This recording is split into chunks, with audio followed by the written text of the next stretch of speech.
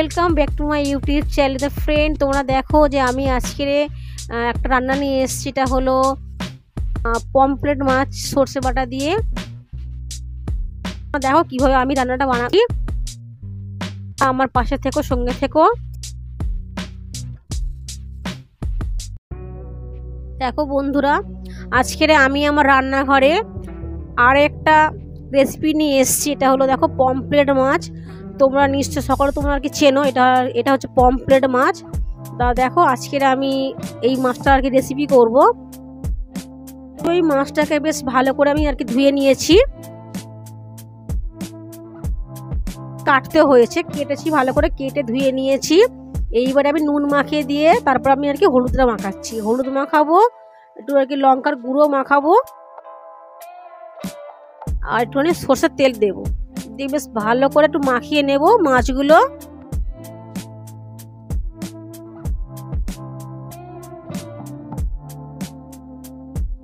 মাছটা কিন্তু আছে এখানে 500 গ্রাম মাছ আছে।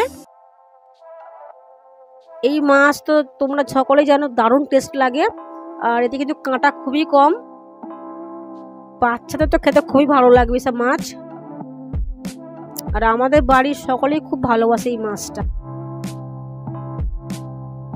দেখো আমি কিন্তু সব কটা মাছ এইভাবে নুন, হলুদ, লঙ্কার গুঁড়ো, সরষের তেল মাখিয়ে নিলাম। এইবারে আমি এগুলোকে ভাজবো।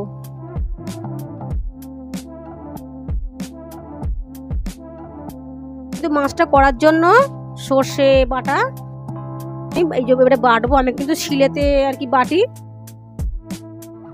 আমি বাটার সময় কাঁচা লঙ্কা দিচ্ছি না।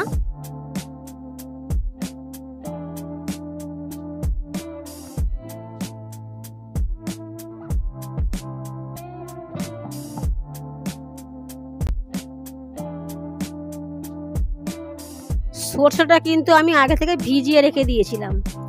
আগে থেকে ভিজিয়ে রাখলে কি হয়, আসলে কি হয় না, এটা আর কি তো নরম হয়ে যায়, তাই বাটতে খুবই সুবিধা হয়।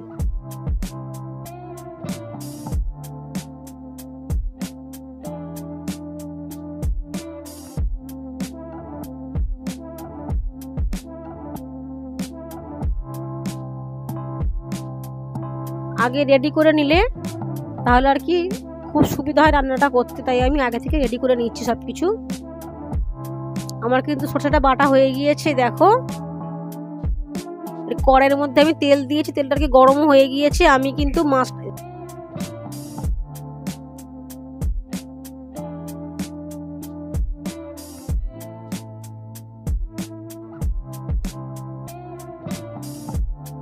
দেখো মাছটা কিন্তু আমি বাকি ভেজেছিলাম আগে, ওটাকে আমি তুলে রেখে দিয়েছিলাম। তারপরে ওই কড়াইয়ের মধ্যেই আমি দিলাম একটু কালো জিরে, আমি আর কি ফোড়নে দিয়েছিলাম। তারপরে দিলাম সর্ষে বাটা আর হলো কাঁচা লঙ্কা।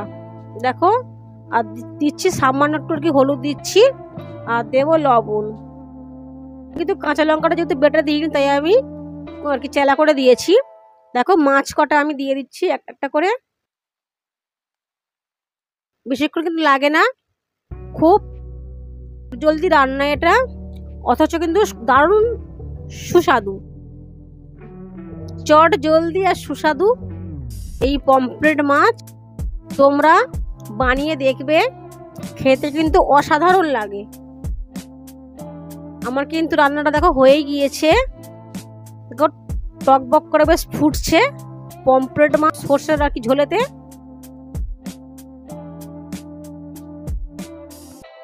আমার কিন্তু রান্নাটা দেখো হয়ে গিয়েছে। দেখো তোমরা ভালো লাগলে কিন্তু লাইক, কমেন্ট তোমরা শেয়ার করে দিও। আমার চ্যানেলটাকে তোমরা সাবস্ক্রাইব করে দিও। তোমরা আমার পাশে থেকো।